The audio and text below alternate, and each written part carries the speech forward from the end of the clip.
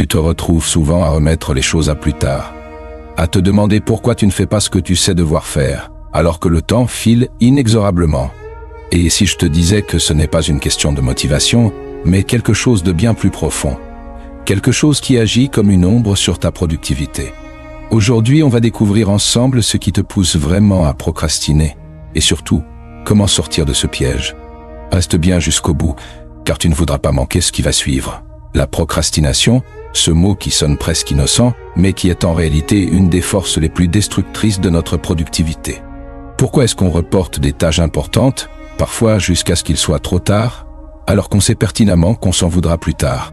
C'est une question que presque tout le monde s'est posée au moins une fois. Mais au lieu de te culpabiliser, et si on essayait de comprendre ce phénomène en profondeur? Dans cette vidéo, on va non seulement explorer les raisons pour lesquelles tu procrastines, mais aussi te donner des clés concrètes pour t'en libérer. Tu n'as pas cliqué sur cette vidéo par hasard, et crois-moi, les réponses que tu cherches sont juste devant toi. Avant qu'on plonge dans le vif du sujet, j'ai une question pour toi. Quelle est la tâche que tu remets toujours à demain, et pourquoi? Partage ton expérience dans les commentaires. Parce que je suis sûr que tu n'es pas seul dans cette situation, et tes réponses pourraient même aider d'autres personnes.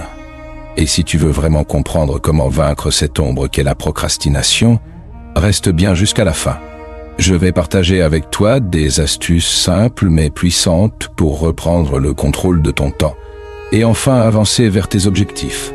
Si tu trouves cette vidéo utile, n'hésite pas à laisser un like et à t'abonner pour plus de contenu comme celui-ci. La procrastination n'est pas simplement un manque de volonté. Elle est le résultat d'un conflit entre deux parties de ton cerveau. Le système limbique, qui recherche le plaisir immédiat, et le cortex préfrontal, responsable de la planification à long terme. Quand tu choisis de scroller sur ton téléphone au lieu de travailler sur ce projet important, ce n'est pas que tu es paresseux. C'est que ton cerveau privilégie le confort à court terme plutôt que l'effort nécessaire pour obtenir un résultat futur. Pense à ce moment où tu as préféré regarder une série plutôt que de te concentrer sur une tâche importante. Ce n'était pas un choix rationnel. C'était une façon d'échapper à l'inconfort, à la peur de l'échec ou même au perfectionnisme. Oui, parfois, on procrastine parce qu'on a peur de ne pas faire les choses parfaitement. Mais comment sortir de ce cercle vicieux? La première étape, c'est de comprendre ce qui te pousse à procrastiner. Est-ce la tâche elle-même qui te paraît trop grande? Est-ce un manque de clarté sur ce que tu dois faire? Ou peut-être que tu te sens submergé et que tu ne sais même pas par où commencer? Identifier ces déclencheurs, c'est déjà un pas immense vers la solution. Ensuite, il y a des techniques simples mais efficaces. Par exemple, diviser une tâche en micro-actions. Ton cerveau a beaucoup moins de résistance à commencer quelque chose de petit, comme écrire une phrase au lieu de rédiger tout un rapport. Une autre méthode est la règle des 2 minutes. Si une tâche peut être commencée en moins de 2 minutes, fais-la tout de suite. Souvent, le simple fait de commencer te met en mouvement et te donne l'élan nécessaire pour continuer. Mais parfois le problème est plus profond. Il peut s'agir d'une croyance limitante, comme l'idée que tu ne mérites pas de réussir ou que tes efforts ne feront aucune différence. Dans ce cas, il faut aller plus loin et travailler sur ces pensées négatives pour les déconstruire. Pour aller plus loin, parlons d'une des raisons les plus sournoises de la procrastination, l'évitement émotionnel. Parfois, ce n'est pas la tâche en elle-même qui est difficile, mais les émotions qu'elle génère. Prenons un exemple concret. Répondre à un email important. Ce n'est pas forcément compliqué en soi, mais cela peut réveiller en toi la peur d'être mal compris ou jugé. Alors ton cerveau préfère éviter cette source de stress en te distrayant avec quelque chose de plus agréable et moins menaçant. Une autre raison fréquente, c'est la surcharge mentale. Quand tu as trop de choses à gérer, ton cerveau a du mal à se concentrer sur une seule tâche. C'est comme si tu essayais de porter 10 sacs à la fois. Au lieu de te lancer, tu restes figé, paralysé par l'ampleur de la charge. La clé ici, c'est de prioriser. Pose-toi cette question. Parmi tout ce que j'ai à faire, quelle est la tâche qui aura le plus grand impact si je la termine aujourd'hui? Une fois que tu as cette réponse, concentre-toi uniquement sur cette tâche. Et si tu as du mal à te motiver, essaye de te rappeler pourquoi tu fais tout ça. La motivation intrinsèque, celle qui vient de l'intérieur, est bien plus puissante que la pression extérieure.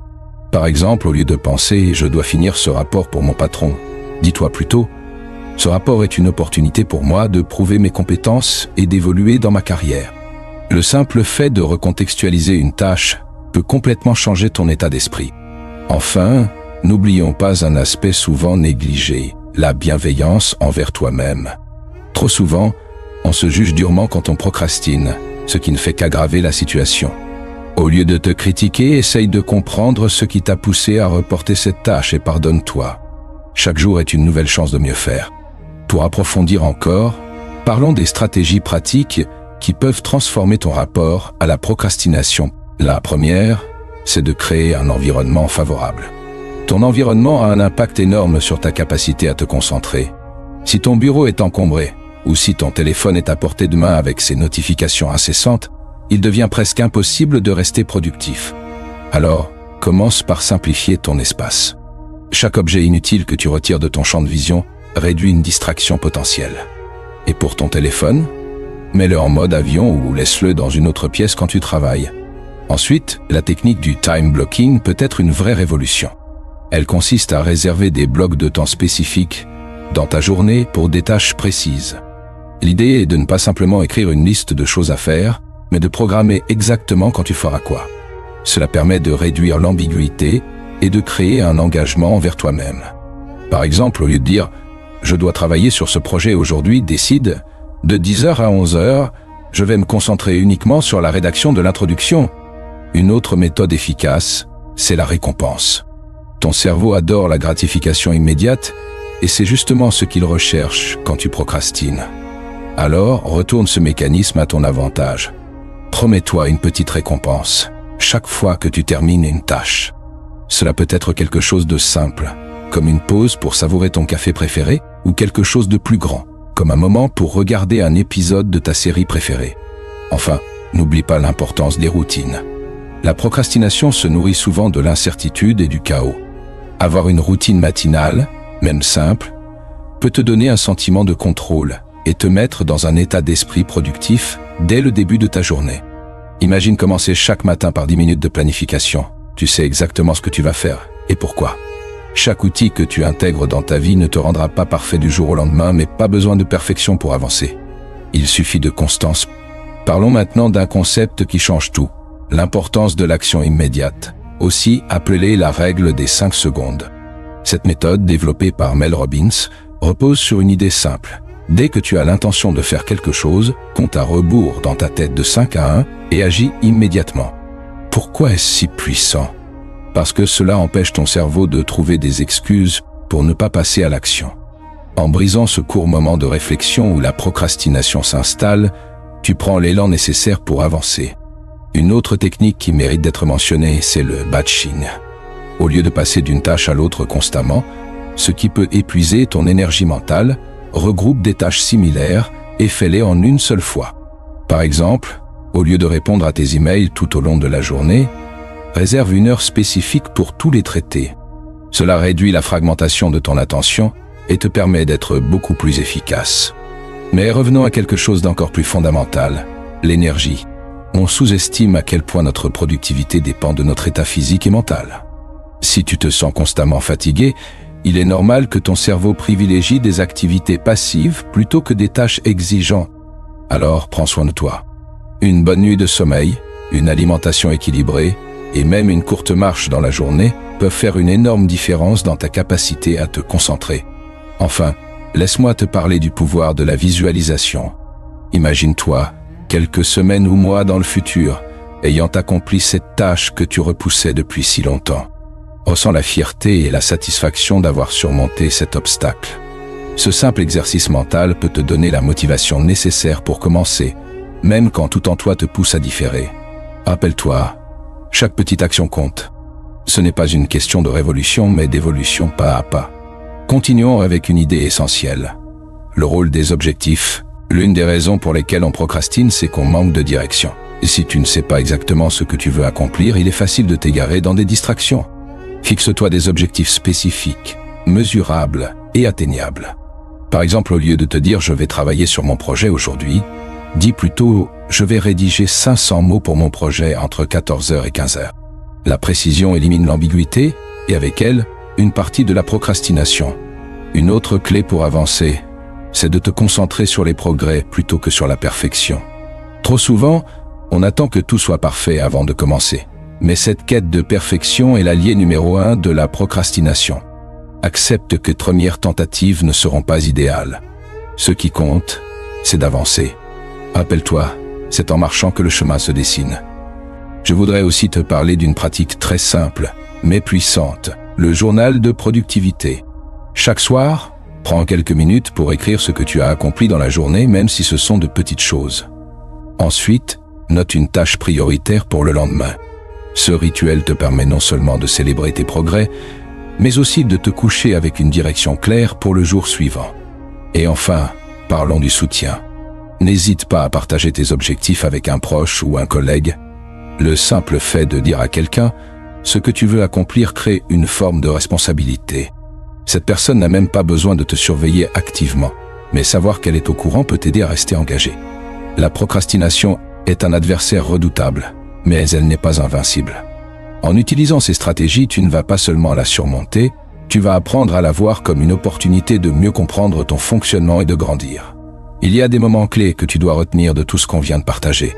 D'abord, réalise que procrastiner ne fait pas de toi une personne faible ou paresseuse. C'est une réponse humaine, un mécanisme que ton cerveau utilise pour t'éviter une douleur ou une tension. Mais maintenant, tu as le pouvoir de reconnaître ce mécanisme et de le désactiver. Ensuite, souviens-toi de la règle des 5 secondes. Ce court décompte peut être le pont entre l'intention et l'action, une façon simple mais incroyablement efficace de dépasser l'inertie. Imagine combien de petites tâches tu pourrais accomplir dans une journée simplement en appliquant cette méthode. Un autre point fort, c'est l'idée de progresser, pas d'être parfait. Accepter que tes efforts, même imparfaits, te rapprochent de tes objectifs est un véritable changement de paradigme. La perfection est un mythe, mais le progrès est une réalité accessible. Enfin, ce que tu as appris sur l'importance de l'environnement et des routines peut transformer tes journées. Ce ne sont pas de grandes révolutions, mais des ajustements simples qui peuvent avoir un impact exponentiel sur ta productivité et ton bien-être. Prends un moment pour réfléchir à tout ça. Quels points t'ont le plus marqué jusqu'ici? Dis-le-moi en commentaire, parce que c'est toujours fascinant de voir comment chacun trouve son propre déclic. Maintenant, c'est à toi de jouer. Quel est ton plus grand défi face à la procrastination? Est-ce que c'est le perfectionnisme, la peur de l'échec ou simplement l'envie de tout remettre à plus tard? Partage-le en commentaire. En faisant cela, tu engages un premier pas vers le changement. Et qui sait, ta réponse pourrait inspirer quelqu'un d'autre à faire de même. Si tu as déjà essayé des méthodes pour vaincre la procrastination, lesquelles ont fonctionné pour toi, et lesquelles au contraire t'ont laissé frustré, c'est un espace de discussion ouvert, et je serai ravi de lire tes expériences et même d'y répondre. Et si cette vidéo t'a déjà donné des idées ou des stratégies que tu veux tester, dis-moi lesquelles. Ensemble, on peut créer une communauté où on partage nos progrès, nos astuces et surtout nos victoires contre cette fameuse ombre qu'est la procrastination. Voici l'idée essentielle que je veux que tu retiennes. La procrastination n'est pas ton ennemi. Elle est un signal. Un message que ton esprit te lance pour te dire qu'il y a une peur, une incertitude ou un inconfort à surmonter. Et c'est là que réside ton véritable pouvoir. Reconnaître ce message et le transformer en action. Chaque fois que tu choisis d'agir, même un tout petit pas, tu changes la trajectoire de ta journée et par extension, de ta vie. Imagine ce que tu pourrais accomplir si à chaque fois que tu ressens l'envie de remettre une tâche à plus tard, tu te disais « ce n'est pas une montagne, c'est juste une marche ». Chaque action, aussi petite soit-elle, est une victoire contre l'inertie. C'est ce moment précis où tu arrêtes de réfléchir et où tu agis qui marque toute la différence. Tu n'es pas prisonnier de la procrastination. Elle ne définit pas qui tu es, mais elle peut révéler qui tu peux devenir si tu choisis de l'affronter. Alors, la prochaine fois que tu te sens pris dans cette spirale, rappelle-toi, tu as le pouvoir de changer les choses, un petit pas à la fois. Pour récapituler, la procrastination n'est pas qu'un simple manque de motivation. Elle est le résultat de mécanismes complexes dans ton cerveau. Mais ces mécanismes peuvent être compris et surtout contournés. Nous avons exploré des stratégies pratiques comme la règle des 5 secondes, la division des tâches en petites actions, la priorisation et l'importance de routines simples mais puissantes. Ce qu'il faut retenir, c'est que chaque effort, même imparfait, est un pas vers tes objectifs. La perfection n'est pas la clé. Le mouvement, oui. Et surtout, rappelle-toi que tu n'es pas seul. Tout le monde fait face à cette ombre qu'est la procrastination à un moment ou un autre. Ce qui compte, c'est comment tu choisis de la gérer à partir de maintenant. Alors, qu'est-ce que tu vas faire aujourd'hui, juste après cette vidéo, pour commencer à reprendre le contrôle? La réponse est entre tes mains. Si cette vidéo t'a aidé à voir la procrastination sous un nouveau jour, prends une seconde pour t'abonner à cette chaîne. Chaque semaine, je partage des réflexions et des outils pratiques pour t'aider à grandir et à surmonter les obstacles qui freinent ta progression. N'oublie pas d'activer la cloche pour ne rien manquer. Laisse un commentaire avec ton avis ou ta propre expérience sur la procrastination. Tes idées pourraient inspirer d'autres spectateurs à franchir le pas. Et si tu connais quelqu'un qui lutte contre ce problème, partage-lui cette vidéo. Ce petit geste pourrait faire une énorme différence pour lui. Enfin, si tu veux aller plus loin, vérifie les liens dans la description. Tu y trouveras des ressources et des recommandations pour approfondir ce sujet et booster ta productivité. Le premier pas vers le changement commence ici avec toi.